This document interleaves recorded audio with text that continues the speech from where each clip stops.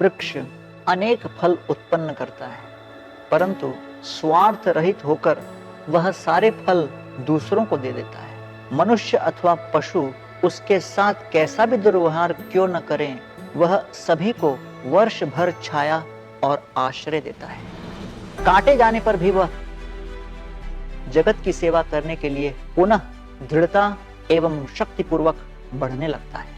वृक्ष का जीवन तथा गुण हमें इस संसार में लिप्त न होते हुए इसमें रहने की कला सिखाते हैं। तीसरे अध्याय में कर्मयोग के अभ्यास का वर्णन है, अर्थात अपने दैनिक कार्यों द्वारा भगवान के साथ आध्यात्मिक संबंध जोड़ने का तकनीक। सच्चे कर्मयोगी के जीवन का वर्णन करते हुए बाइबल भी कहती है, इस संसार में रहो परंतु इस संसार के न बनो। यज्ञार्थार्थ कर्मणोऽन्यत्र लोकोऽयं कर्म बंधन तदर्थम कर्म कौन्तेय मुक्त संग समाचर। इस संसार में समस्त यज्ञ अथवा कार्य भगवान विष्णु की प्रसन्नता के लिए होने चाहिए, अन्यथा वे कार्य मनुष्य के बंधन का कारण बनते हैं। इसलिए हे कुंती पुत्र, भगवान की प्रसन्नता के लिए अपने नित्य कर्म करो और इस प्रकार तुम सदैव बंधन मुक्त रहोगे।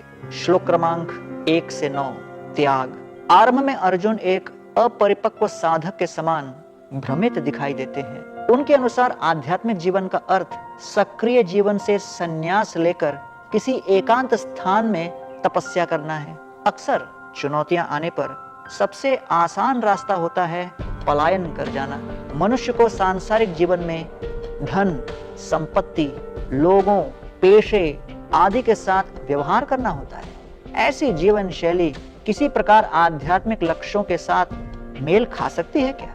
श्री कृष्ण वर्णन करते हैं कि सच्चे वैराग्य का अर्थ केवल सांसारिक कर्तव्यों का त्याग नहीं है। सच्चे वैराग्य का अर्थ अपने समस्त कार्यों में नियंत्रक तथा भोक्ता की भावना का त्याग करना है। इस प्रकार भगवान को परम भोक्ता तथा नियंत्रक जानकर उन्हें अपने दैनिक कार्यों, धन, ज्ञान, प्रभाव आदि के फल अर्पित करके मनुष्य वैराग्य की वास्तविक अवस्था प्राप्त कर सकता है। श्लोक क्रमांक 10 से 16।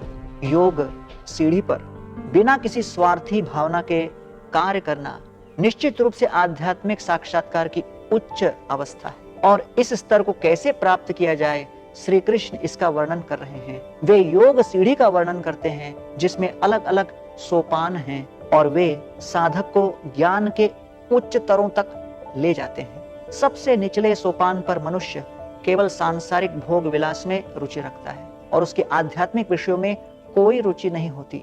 अगला सोपान कर्मकांड का है, जहाँ व्यक्ति में भौतिक भोगों की इच्छा होती है परंतु वह उन्हें धर्मानुसार प्राप्त करने का प्रयास करता है। भौतिक भोग विलास की निरर्थकता को समझकर वे अगले सोपान सकाम कर्मयोग की ओर बढ़ते हैं, जहाँ व्यक्ति अपने कर्म फलों का एक अंश भगवान को देता है परंतु उसके मन में अभी भी स्वार्थी इच्छाएं होती हैं। अगला सोपान है निष्काम कर्मयोग का, जहाँ व्यक्ति अपने भरण पोषण के लिए आवश्यक वस्तुओं को स्वीकार करके शेष भगवान को दे देता है। भक्ति के इस स्तर पर व्यक्ति समस्त कर्म बंधनों को तोड़कर शांत एवं मुक्त हो जाता है। श्लोक क्रमांक 17 से 35। आदर्श। इस प्रकार कर्मयोग वह व्यावहारिक विधि है जिसके द्वारा व्यक्ति संसार में रहकर कर्म करते हुए भी भौतिक आसक्तियों से मुक्त हो सकता है।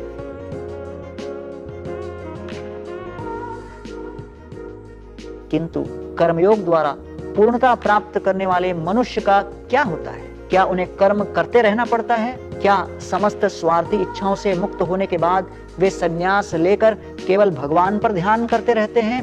श्री कृष्ण बताते हैं कि परिपूर्ण कर्मयोगी दूसरों के लिए आदर्श स्थापित करने के लिए इस संसार में कर्म करता रहता है, जिससे लोग प्रेरित होकर उसका अनुगमन कर सके। श्लोक क्रमांक 36 से 43।